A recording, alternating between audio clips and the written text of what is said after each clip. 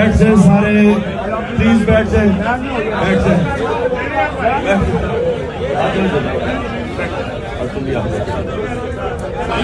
अच्छा सुने, बिस्मिल्लाहिर्रहमानिर्रहीम,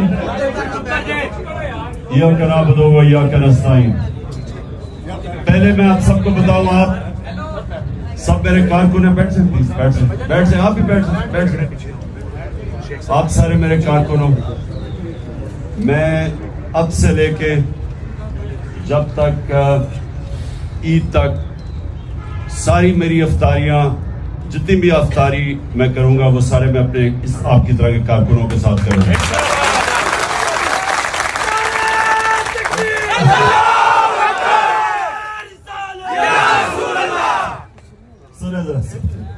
देखिए, मैंने आपको अफ्तारी पे तो बुलाया, आपके साथ अफ्तारी करूंगा, लेकिन उससे पहले मैं ये चाहता हूं कि जरा गौर से आप समझें कि ये जो अब सब ये मेरी हकीकी आजादी की जहाद में जो आप सब शामिल हैं, ये जहाद है क्या, ये आपने बड़े गौर से समझना, ठीक है? तो एक एक अब मेरी बात समझना कि ये हम कर क्या रहे हैं, हमारी कोशिश क्या है, हम क्यों ये, मैं क्यों 27 साल तकरीबन से जद्दोजहद कर रहा हूं, और ये क्यों पिछले 11 महीने से हम मुसलसल अपनी कौम को जगा रहे हैं। तो इसका मकसद क्या, अब ये आपने समझना है, क्योंकि मैं ये चाह रहा हूं कि जो मैं आज आपको बात कहूंगा, आप जब यहां से वापस जाएंगे, आपने अपने इलाके के लोगों को बताना है कि मेरा नजरिया क्या है। और मैं ये चाहूंगा, फैसल शेर जान ने वो पैम्फलेट्स होने, नेक्स्ट टाइम प्लीज मुदस्सर वो जो पैम्फलेट्स है ना, वो आपने डिस्ट्रीब्यूट करनी है सबके अंदर, क्योंकि आप यहां से पैम्फलेट्स लेके जाएंगे जिसको आपको समझ आएगी कि ये है कि आप क्या चीज करने की कोशिश कर रहे हैं। अब मैं आपको समझाता हूं। देखिए, जब मेरे नबी सल्लल्लाहु अलैहि वसल्लम ने मदीना की रियासत बनाई, तो याद रखें कि उसका उन्होंने बुनियाद अदल और इंसाफ पे रखी। ये समझना है आपने कि अदल और इंसाफ है क्या, ये क्यों अल्लाह भी हमें सारा वक्त हुक्म देता है कि मेरी जमीन पे इंसाफ कायम करो, और जो अल्लाह के हबीब है उन्होंने भी जब पहली दुनिया के मुसलमानों की रियासत बनाई, तो उन्होंने भी सबसे पहले अदल और इंसाफ कायम किया। ये अदल और इंसाफ आपको समझना है कि ये इंसान को आजाद कर देता है। ये जो यहां से लोग वीजे ले लेके मर के कोशिश करते हैं यूरोप जाएं और इंग्लैंड जाएं और अमेरिका जाएं, ये क्यों जाते हैं? क्योंकि उनके माशरों में इंसाफ है। अब इंसाफ क्या करता है? इंसाफ हर लोगों को, जो भी, इंसाफ का मतलब होता है कानून के सामने सब एक बराबर। जब कानून के सामने सब एक बराबर आ जाते हैं, तो जो कमजोर है उसको ताकतवर से तहफ़्फ़ुज़ मिल जाता है उस माशरे में। जब वो तहफ़्फ़ुज़ मिलता है तो वो आजाद हो जाता है। जब आजाद होता है तो उसकी परवाज ऊपर चली जाती है। अब मैं आपको एक, आपके लिए आसानी से एक, ताकि आपको समझ आए कि दुनिया के अंदर जो इंसाफ, अंग्रेजी में उसको रूल ऑफ लॉ कहते हैं, जो दुनिया के अंदर इंसाफ की जो क्राइटेरियन सेट हुआ है, उसके अंदर पाकिस्तान 140 मुल्कों के अंदर हमारा नंबर 129 है। यानी हम तकरीबन 11 हैं जो सबसे कम मुल्कों में इंसाफ है। हम 140 मुल्कों में हमारा नंबर 129 है। डेनमार्क 140 में से नंबर 1 पे है, जिधर सबसे ज्यादा इंसाफ है। समझ गए? हम है 129 पे, वो है नंबर 1 पे। अब यहां से पाकिस्तानी, आपके कितने, में जब डेनमार्क गया मुझे पाकिस्तानी मिले, वो क्यों जाते हैं? क्योंकि वहां इंसाफ है, उनको मौके मिल जाते हैं, जो मेहनत करता है उसको फल मिलता है। वहां कोई सिफारिशी सिस्टम नहीं, वहां कोई कब्जा ग्रुप नहीं, वह मेरिट का सिस्टम है, तो मेहनत का फल मिलता है। तो जिधर मुल्कों में इंसाफ हो वो करप्शन नहीं है। अगर आपके मुल्क के अंदर इंसाफ होगा वहां करप्शन नहीं होगी। तो करप्शन में डेनमार्क है इस वक्त 180 मुल्कों में नंबर 1 के सबसे कम करप्शन है, और 180 मुल्कों में पाकिस्तान का नंबर है 140। यानी कि अब समझ जाएं कि क्योंकि इंसाफ नहीं है, करप्शन हमारी ज्यादा है। अब आ जाओ खुशहाली पे कि पाकिस्तान के अंदर जो हमारी औसत आमदनी है, सुनने में क्या कह रहे, वो है $1,600, यानी ये औसत आमदनी है पाकिस्तान की। डेनमार्क में क्या है? $68,000, $68,600, $68,600। तो मैं आपको सिर्फ समझाने की कोशिश कर रहा हूं कि क्यों अल्लाह के हबीब ने कहा कि पहले अदल और इंसाफ कायम करो, क्योंकि पहले इंसाफ आता है फिर खुशहाली आती है। खुशहाली पहले नहीं आती, पहले मुल्क के अंदर अदल और इंसाफ आता है और फिर लोग खुशहाल हो जाते हैं। क्योंकि जिधर इंसाफ आता है आजाद लोग फिर खुद ही अपनी आमदनी बढ़ा देते हैं। लेकिन जिस मुल्क में इंसाफ नहीं होता वह सारा चोरों का टपका, चोरों डाकों ऊपर आके बैठ जाते हैं, बेचारा मेहनत का ठोकरे खाता फिरता, और वो फिर कोशिश करता है वीजा लेके बाहर चला जाए। हम जो ये जंग लड़ रहे हैं वो सबसे पहले अदल और इंसाफ की। हमारे मुल्क का सबसे बड़ा मसला जो मैंने आपको फिगर से बता दिया कि हम क्यों हमारे इतने बुरे हालात हैं, हमारा मसला ये है कि ताकतवर के लिए एक कानून, कमजोर के लिए दूसरा। वहां यूरोप में नहीं है, डेनमार्क में नहीं है। वहां जो बड़ा इसलिए चोरी नहीं करता, सबको पता है कि उसको एनआरओ नहीं मिलेगा। वो चोरी करेगा, वो जेल में जाएगा। वो दंदराते नहीं फिरेंगे सारी जगह। वो उधर से लंदन से बैठ के हुक्म कर रहा है कि जी अगर सुप्रीम कोर्ट ने फैसला किया तो मैं मानूंगा नहीं। तुम हो कौन? तुम्हारी हैसियत क्या? तुम तो मफरूर हो। एक सजाए याफ्ता है, सब आ रहे हैं। बचाएगा पाकिस्तान, बचाएगा पाकिस्तान। वाला है। मैं पहले आपको ये बताना चाहता हूँ कि देखिए आपकी स्ट्रगल है क्या, पहले समझे। मैंने आज से तकरीबन 27 साल पहले तहरीक का आगाज किया था, इंसाफ की तहरीक।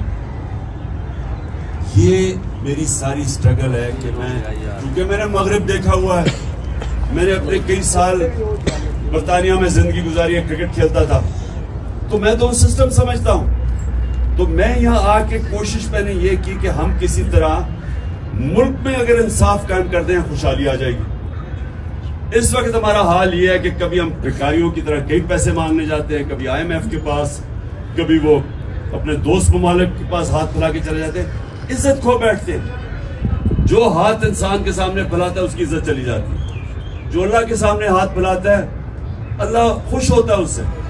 लेकिन जब इंसानों के सामने आप हाथ फैलाते हैं तो आपकी जिंदगी में जिल्लत है।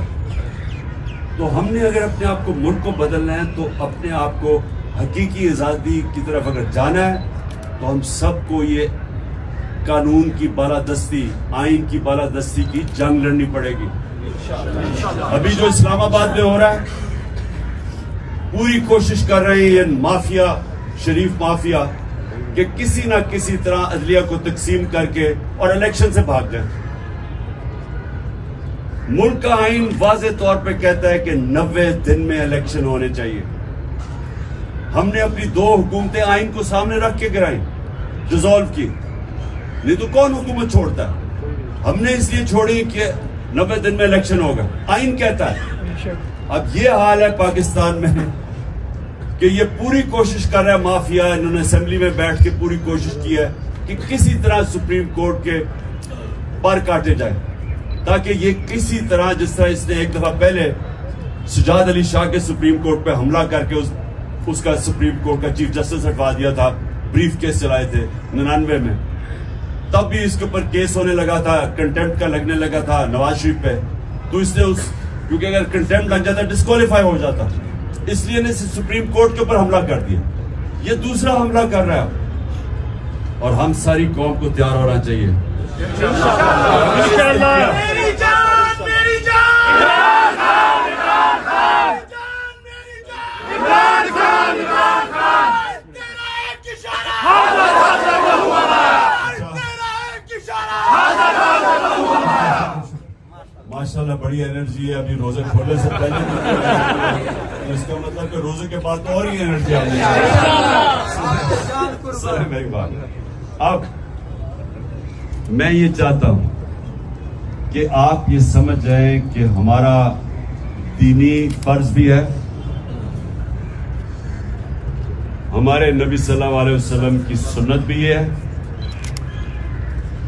अल्लाह कुरान में भी हमें कहता है कि मेरी जमीन पे इंसाफ कायम करो, और ये आपकी जमात का नजरिया भी यही है, तहरीक इंसाफ। आपने अब इसको तब्लीग करना है। देखिए सियासत दो तरह की होती है। अगर सियासत अपनी जात के लिए करते हो, सारी दुनिया आपको गालियां निकालती है। अगर आप सियासत इंसानियत और इंसाफ के लिए करते हो, इबादत बन जाती है। सारे अल्लाह के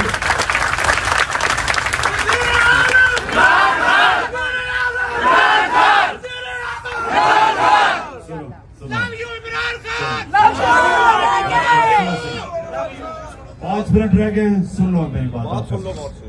देखें, ये कोशिश हम करेंगे कि आपको जाने से पहले पैम्फलेट्स दे दें।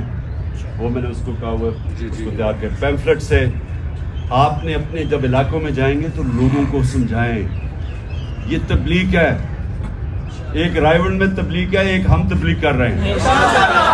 लोग समझ चुके हैं, इसलिए ये इलेक्शन से भाग रहे हैं। देहातों में इंकलाब आ गया इंशाल्लाह। हम लेके रहेंगे आजादी, हम लेके रहेंगे आजादी। मेरा बाप पिटेगा आजादी, मेरा बाप पिटेगा आजादी।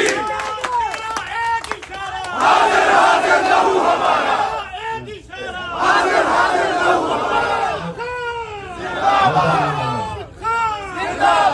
अच्छा अब आप सब हमने अभी अफ्तारी करेंगे, मैं आपके साथ घर पर इंशाअल्लाह नमाज पढ़ेंगे। मैंने सिर्फ आपको ये कहना है कि याद रखें कि ये आपकी जो तहरीक है, ये आप इसको ये समझें कि हम अपने मुल्क की हकीकी आज़ादी की जंग इसलिए लड़ रहे हैं क्योंकि हम आज़ाद हुए ही नहीं। अंग्रेज गया तो यहाँ काले अंग्रेज आ गए, अवाम आज़ाद नहीं हुई।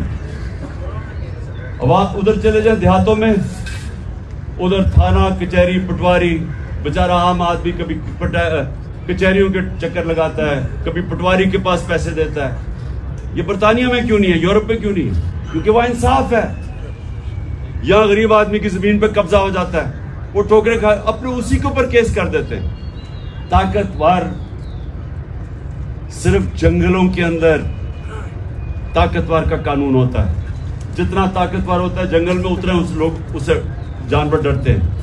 कमजोर की कोई हैसियत नहीं है। इंसानी निजाम के अंदर होता ही इंसानी निजाम तब है जब कमजोर को ताकतवर से तहफ़्फ़ुज़ दिया जाए। इसको इंसाफ कहते हैं।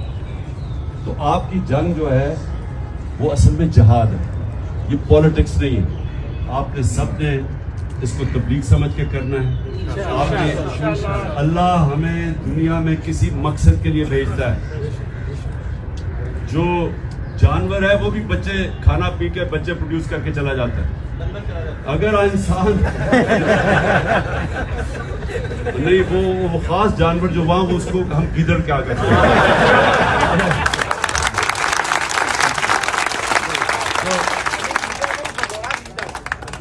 गिदड़ ही भागता ना। तो अच्छा सुनो, आपने ये मैं सिर्फ आपको इसलिए आज का रमजान का महीना है, इबादत का महीना। इबादत एक होती है, हम अल्लाह के सामने झुकते हैं, नमाज पढ़ते हैं, ये भी। लेकिन नमाज में आप ये सोचे मांगते क्या है अल्लाह से? अल्लाह सीधे रास्ते पे लगा जिनको तूने नेमतें बख्शी, नबी का रास्ता मांगते हैं। और ये जो आप करने जा रहे हैं इंसाफ, ये नबी का रास्ता है, ये उसका रास्ता था जिसने पहले उन अरबों के अंदर पहले उसने इंसाफ कायम किया, उसके बाद उसने फलाई रियासत बनाई, और उसके बाद वो अरबों जिनकी हैसियत थी दुनिया की उन्होंने इमामत की। और कुरान में अल्लाह कहता है कि उसके रास्ते पे इसलिए चलो तुम्हारी बेहतरी है। दुनिया के सबसे अजीम लीडर थे, कोई ऐसा लीडर ना आया ना आ सकता। तो हमें अल्लाह कहता है कि अगर उसकी जिंदगी पे चलोगे तो तुम भी उठ जाओगे। ये जो मौलाना रूमी की ये याद रखना, उसने कहा जब अल्लाह ने तुम्हें पर दिए क्यों जमीन पे रेंग रहे हो चूंटियों की तरह? तो पर तो तब मिलेंगे जब हम आजाद होंगे। आजाद तब होंगे जब इंसाफ आएगा। आपके साथ आपकी वजह से हमें पर लग गए, हमारे घरों में छापे पड़े हैं, लेकिन ये सारी आवाम आपके साथ, आपके परों के साथ जो आपने इनमें उजागर किए हैं, आपके साथ खड़ी है। इंशाल्लाह हम अपने घरों में सारी कौम जो खड़े हैं। ये बड़ी अच्छी बात की तुमने। देखो कभी कोई आजादी प्लेट पे रख के नहीं देता, आजादी के लिए लड़ना पड़ता है।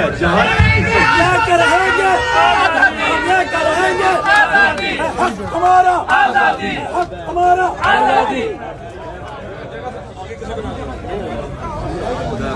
इधर बैठ जाओ। सब लोग बैठे रहे हैं, इधर ही आधा घंटा तारीख में उसके बाद आएंगे।